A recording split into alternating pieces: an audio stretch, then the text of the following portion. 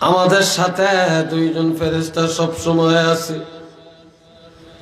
আপনি একটা নেক আমল করছেন, সাথে সাথে রেকর্ড হয়ে গেছে, লেখা হয়ে গেছে।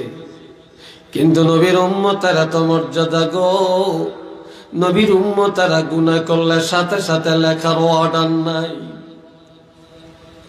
আমার আল্লাহ বলেছেন ফেরেশতারা রে, আমার হাবিবের উম্মতেরা যখনই কোনো নেক আমল করে ফেলবে সাথে সাথে লিখে ফেলবে, গুনাহ করলে সাথে সাথে লিখবা না। কেন না? আমার হাবিবের উম্মতেরা তওবা করা পর্যন্ত সুযোগ দিবে।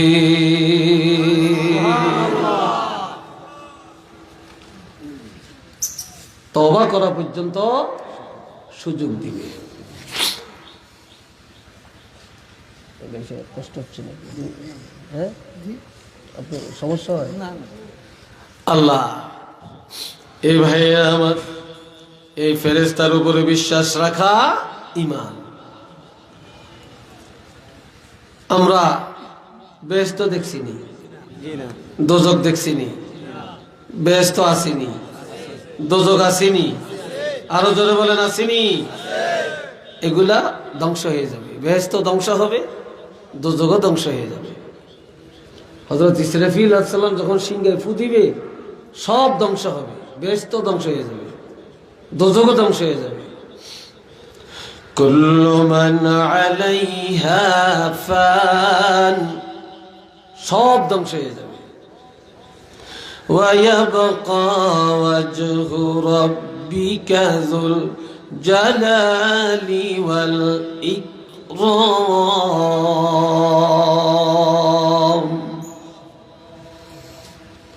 শুধুমাত্র আমার আল্লাহ বাকি থাকবেন। আর আল্লাহকে রাজি করার জন্য, আল্লাহকে পাওয়ার জন্য, জান্নাতি হওয়ার জন্য বান্দা বান্দি যখন যেই নেক আমলটা করেছেন ওই নেক আমলটা ধ্বংস হবে না, সেটাকেও আমার আল্লাহ মজবুত রেখে দিবেন। উচ্চ আওয়াজে বলেন না সুবহানাল্লাহ। আল্লাহ ধ্বংস হবে না, আল্লাহর সন্তুষ্টির জন্য বান্দা যেটা করছে সেটাও ধ্বংস হবে না।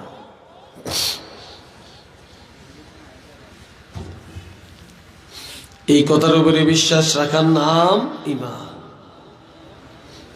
এখন আমরা যে ঈমানদার, পরিচয়টা কি? আমরা যেগুলা মানি এটার পরিচয়টা কি? ওয়ায়াকিমুনাস সালাহ। আল্লাহু আকবার বলেন। আরো জোরে, একটু জোরে বলতে পারবেন? আর একটু জোরে পারবেন? মাশাআল্লাহ। এই যে এতগুলো মানুষ আপনার গেটে দাঁড়িয়ে রয়েছেন, মাঝখানে জায়গা আছে, আসেন, আমি দোয়া করবো আপনাদের জন্য। আমি মুসাফির, বসেন আমাদের সাথে, দাঁড়াবেন না, এইদিকে মাঝখানে অনেক জায়গা আছে, সবাই বসে যাবেন। বেশ মাশাআল্লাহ, অনেক লোকই তো আসছেন। এতক্ষণ আসিলেন কই আপনারা? এতক্ষণ কোথায় ছিলেন? বাজারে ছিলেন মনে হয়। আমার ভাইয়েরা খেয়াল করেন, আমার আল্লাহ বলেন তারা ঈমানদার যারা নামাজ কায়েম করে। কি কায়েম করে? জোরে কোন, আরো জোরে কোন। সবাই আজকে আসার নামাজ পড়ছেন নি? 5 ওয়াক্ত হুদা, এটি আমগরে, এটি আই ওয়াস। এখন যদি বলি কারা কারা নামাজ পড়ছেন হাত তোলেন, তো যারা পড়ে না হেরো বাসন এলে হাতটা তুলবো, দেখান এলে হাতটা তুলবে। আর যদি শুধু বলি কারা কারা নামাজ পড়েন না, শুধু তারা হাত তোলেন, একজনও হাত তুলবে না। ঠিক কি না?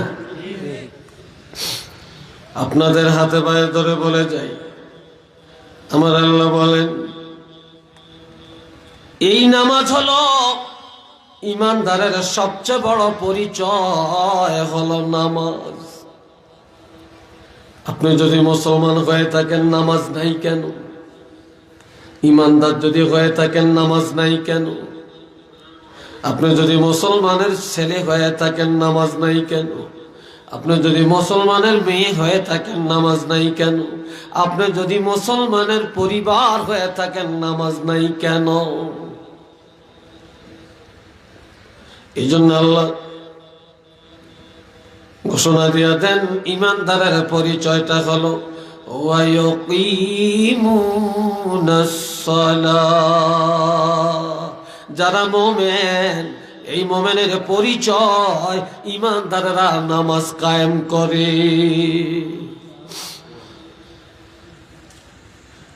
নিজেও নামাজ পড়ে,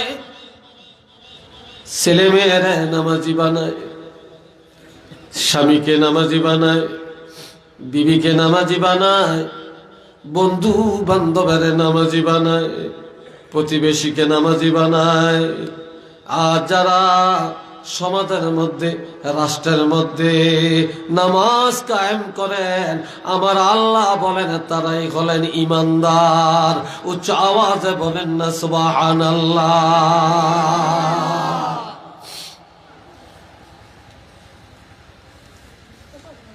একদিন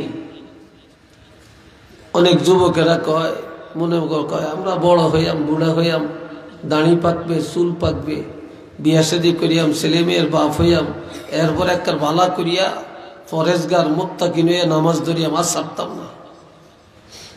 আচ্ছা বলেন তো, আপনাদের দেশে আছে কিনা সিস্টেম, মানুষ যখন মরে যায় তখন কয় ওয়াক্ত নামাজ কাজা হইছে এটার কাফারার হিসাব আপনাদের দেশে করেনি?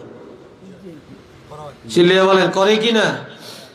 একটা লোক মৌতের আগে 1 সপ্তাহ নামাজ পড়তে পারলো না, কঠিন রোগে আক্রান্ত, 1 মাস নামাজ পড়তে পারলো না। এখন ইমাম সাহেব কাফারার হিসাব করে। আর অনেকে পাশের থেকে বলে, এই হুজুর এর কাফারা কত জিজ্ঞেসিনি। কিন্তু আমার ভাইয়েরা, মৌতের আগে অসুস্থতার কারণে নামাজ পড়তে পারলো না, এটার কাফারার চিন্তা করে। কিন্তু আপনার 10 বছর বয়সে নামাজ ফরজ। কয় বছর? কথা বলেন, এটা জোয়ানেরা বলো বাবা, কয় বছর? জোয়ানেরা আরেকবার কও। 10 বছর হলে নামাজ পড়ো। এই 10 বছর থেকে 30 বছর, 40 বছর বয়স পর্যন্ত নামাজের কাছেও গেল না, ঠিক নেই? তাইলে 10 থেকে 40 কত বছর হইল? 30 বছর। ভালো আছে? কত বছর হইল? এই 30 বছর সে নামাজ পড়লো না। কিন্তু এই যে জওয়ান কালে 30 বছর সে নামাজের কাছেও গেল না, এই পৃথিবীর কোন মুসলমানে জিজ্ঞাসা করে না তোমার জওয়ান কালে 30 বছরের নামাজের কাফারার উপায় কি? কেউ জিজ্ঞাসে? কেউ বলছে? কেউ বলে না। একটা যুবক ছেলে একদিন আল্লাহর হাবিবের কাছে গেলেন। এই যুগে আমরা যত অপরাধ করি স্বীকার করি না, নিজের অপরাধ আল্লাহর কাছেও স্বীকার করতে চাই না, তওবা করতে চাই না। কিন্তু নবীর জামানায় একটা যুবক একটা গুনাহ করছে। যা রাজুলুন ইলান নবী সাল্লাল্লাহু আলাইহি ওয়াসাল্লাম, যুবক ছেলেটা নবীজির খেদমতে হাজির হলেন। ইয়া রাসূলুল্লাহ, ওগো আল্লাহর রাসূল, ইন্নী আসাবতু যামবান আযীমা,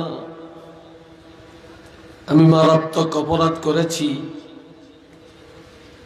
ও নবী, আমার এই গুনাহটা মাফের জন্য কোন তওবা, ফাহাল্লি মিন তাওবাতিন, আমার এই অপরাধটা ক্ষমা পাওয়ার জন্য কোন তওবা আছে কিনা? এমন সময় আজানের টাইম হয়ে গেল। মুয়াজ্জিন মসজিদের মধ্যে আজান দিলেন। আল্লাহর হাবিব ইমাম, নবীজি ইমামতিটা করলেন। যুবক ছেলেটা আমার নবীর পিছনে দাঁড়ায়া দাঁড়ায়া নামাজ আদায় করলেন। নামাজ পড়ার পরে আবারও কেঁদে কেঁদে বলে, ইয়া রাসূলুল্লাহ, কি কারণে কিভাবে আল্লাহ পাক আমার গুনাহগুলি ক্ষমা করবেন? গুনাহটা যে কি গুনাহ এটাও তাফসীরে আছে, তবে আমি এই জায়গায় বলতাম না, যেহেতু এখানে ছোট বাচ্চারাও আছে, যুবকরা আছে, বলাটা ঠিক হবে না। তবে গুনাহটা মারাত্মক। এমন সময় নবী জিজ্ঞাসা করলেন, যুবকরে, তুমি কি আমার পিছনে নামাজ পড়ো না? বলি, ইয়া রাসূলুল্লাহ, আমি তো আপনার পিছনে নামাজ পড়ছি। এই কথা বলার পরে আমার নবী চুপ হয়ে গেলেন, কিছু বলেন না। হযরত জিবরাইল আমিনা চলে আসছে, এসে শোনায়া দেন, আকিমিস সালাতা তরফাইন নাহারি ওয়া যুলাফাম মিনাল লাইল। এই কথা নাই, কে বাহিরে না ভিতরে?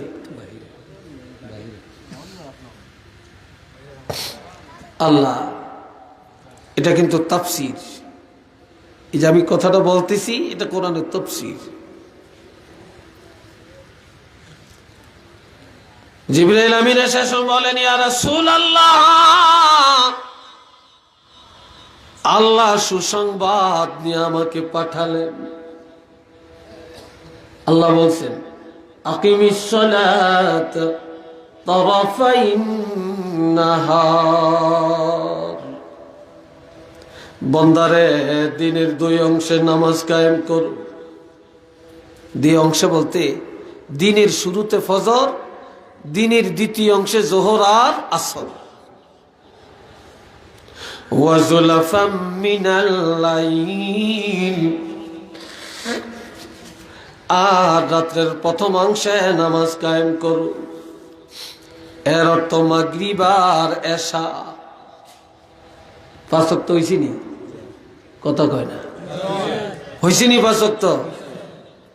এক পাগলে কয় একদিন, এটা খোদাই তারে এমন পাগল করছে, পাঁচ ওয়াক্ত নামাজের কথা কি কোরআনও আসেনি? নাউজুবিল্লাহ কর, এটা 14 গোষ্ঠী কোরআন জানি না।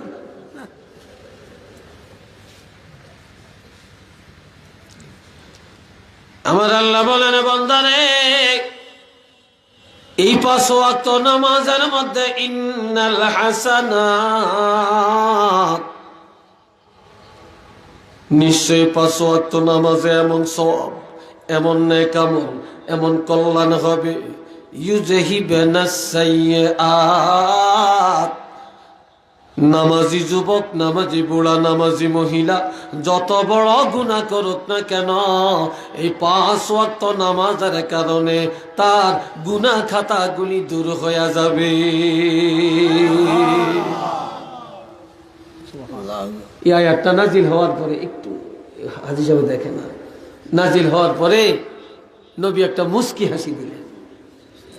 কি দিছেন? একটা মুস্কি হাসি দিলেন, যেটাকে বলে তাবাসসুম, অর্থাৎ মুস্কি হাসি। খিলখিল করে নবী কখনো হাসে না। আর আমরা তো আইসের কোনো টেস্ট নেই, আমরা হাসছি কি হাস, ওয়াজের মধ্যে এখন হাইসের বাজার করে নিয়েছি আমরা। বক্ত আসে মাঝে মাঝে কিছু মজার কথা, এটা আলাদা জিনিস।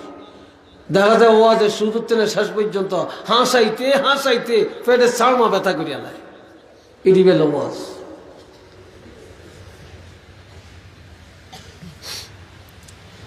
আমার বাবাজিরা রে, নবী মুস্কি হাসি দিয়া বললেন, এর যুবক, আমার পিছনে যদি নামাজ পড়ে থাকো, তাহলে এই নামাজ এমন নামাজ, এই নামাজের কারণে আল্লাহ পাক তোমার গুনাহ ক্ষমা করে দিয়েছে।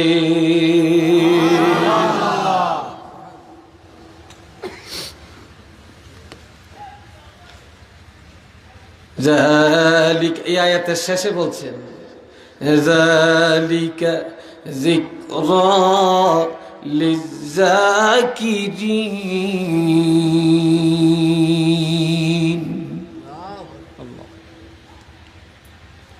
কোন নাফরমানের জন্য এই উপদেশ না,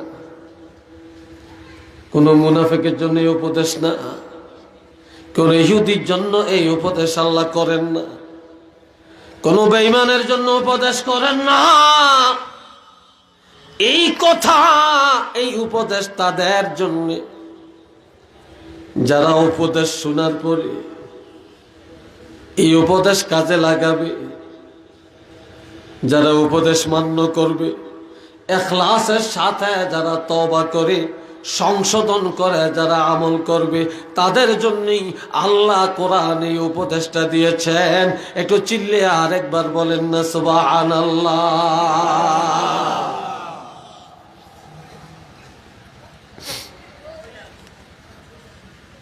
আমার ভাইরা বেনামাজি নামাজ পড়ে না, সুদ খায়, ঘুষ খায়। কয় যদিও আমরা একটু ঘুষ খাই ঈমান ঠিক, যদিও একটু হারাম খাই ঈমান ঠিক, যদিও নামাজ কম পড়ে ঈমান ঠিক। আর আমার নবী বলেন লা সালাতা লিমান লা ঈমান লাহু, যার নামাজ নাই তার ঈমানের গোষ্ঠী নাই। একটু নাউজুবিল্লাহ কর।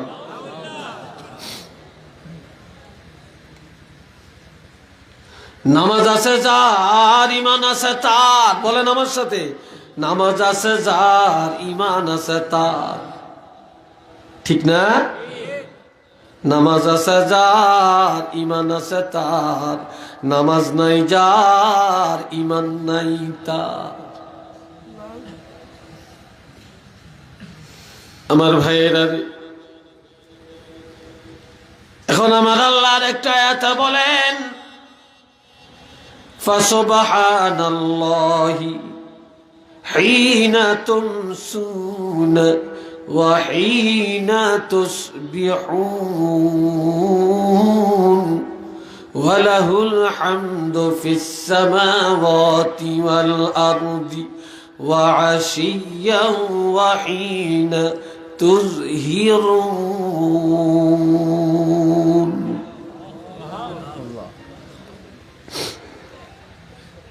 এমি হেমি সানাম না, আসলে স্টেজ তো নিচে, এই জন্য আপনাকে সবাই দেখি না ঠিক মতো। কি ঘুম যান না কথা শুনেন? হ্যাঁ, শুনতেছেন নি? তা মাতান না দিয়ে আপনারা মাতামাতি করবেন, তো হোহা করবেন, তো তাই না? আমি বুঝলাম যে সজাগ আছেন। হ্যাঁ, আরে যেদিন ঘুম যাই না সেদিন ঠাডা দিল ঘুমাইয়ে জিগিরনি শুধু, ঠিক নেই? আল্লাহ, সবাই একবার বলেন আলহামদুলিল্লাহ। একটু কিছু কথা চলবে, একটু সময় লম্বা হইলে সমস্যা নাই তো? হ্যাঁ, রাগ করতেন না তো? মাশাআল্লাহ। আমার আল্লাহ বলেন, বান্দারে তোমরা আল্লাহর প্রশংসা করো। ফাসুবহানাল্লাহি হিনা তুমসুনা ওয়া হিনা তুসবিহুন।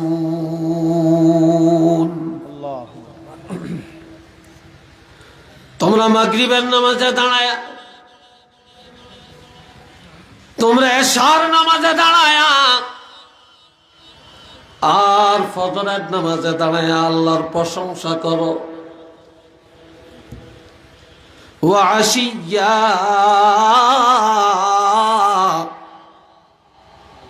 এই আশিয়্যার অর্থ বিকাল বেলায়, আসরের সময়। আসরের সময় আসরের নামাজের মধ্যে দাঁড়ায় আল্লাহর প্রশংসা করো। ওয়া হিনা তুযহিরুন, যোহরের নামাজের মধ্যে দাঁড়ায় আল্লাহর প্রশংসা করো। কেন? ওয়ালাহুল হামদু ফিস সামাওয়াতি ওয়াল আরদ। তোমাদেরকে শুধু বলছি আমি আল্লাহ 24 ঘন্টায় 5 বার, ফজরে, যোহরে, আসরে, মাগরিবে, এশায়, এই 5 বার নামাজে দাঁড়ায় আমার প্রশংসা করো রে। বান্দা জানিয়ে রাখবা যে আল্লাহর প্রশংসা আসমানে করে, আল্লাহর প্রশংসা জমিনে করে, আল্লাহর প্রশংসা গাছপালা করে, আল্লাহর প্রশংসা হাওয়া পানি বাতাস আগুনে করে, চন্দ্র সূর্য করে, গাছের পাতা আল্লাহর প্রশংসা করে। তাদের কোনো টাইম নাই, 24 ঘন্টা তারা আল্লাহর প্রশংসা করে। আর তোমরা মাত্র দৈনিক 5 ওয়াক্তের মধ্যে দাঁড়ায়া আমি আল্লাহর প্রশংসা করতে কি পারবা না?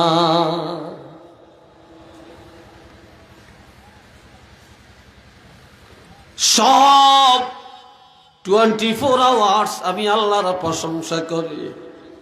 তোমরা কেন আমার প্রশংসা করবে না? তোমরা কেন নামাজের মধ্যে দাঁড়ায় আমার প্রশংসা করবে না? সূরা আর রহমানের মধ্যে আল্লাহ আরো বলছেন,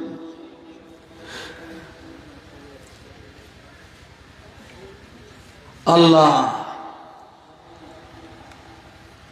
আন-নাজমু ওয়াশ-শাজারু ইয়াসজুদান,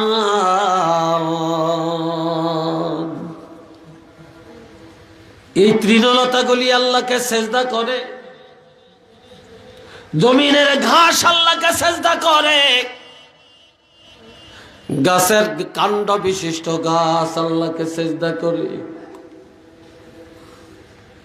কাজেই বন্দারে যেই গাছ আল্লাহরে সেজদা করে, গাছের পাতা আল্লাহকে সেজদা করে, তৃণলতা আল্লাহকে সেজদা করে, আর তোমরা আশরাফুল মাখলুকাত হইয়া, আমার বন্দা হইয়া, আমার গোলাম হইয়া তোমরা কেন রে আমার সেজদা থেকে বিরত থাকতে পারো?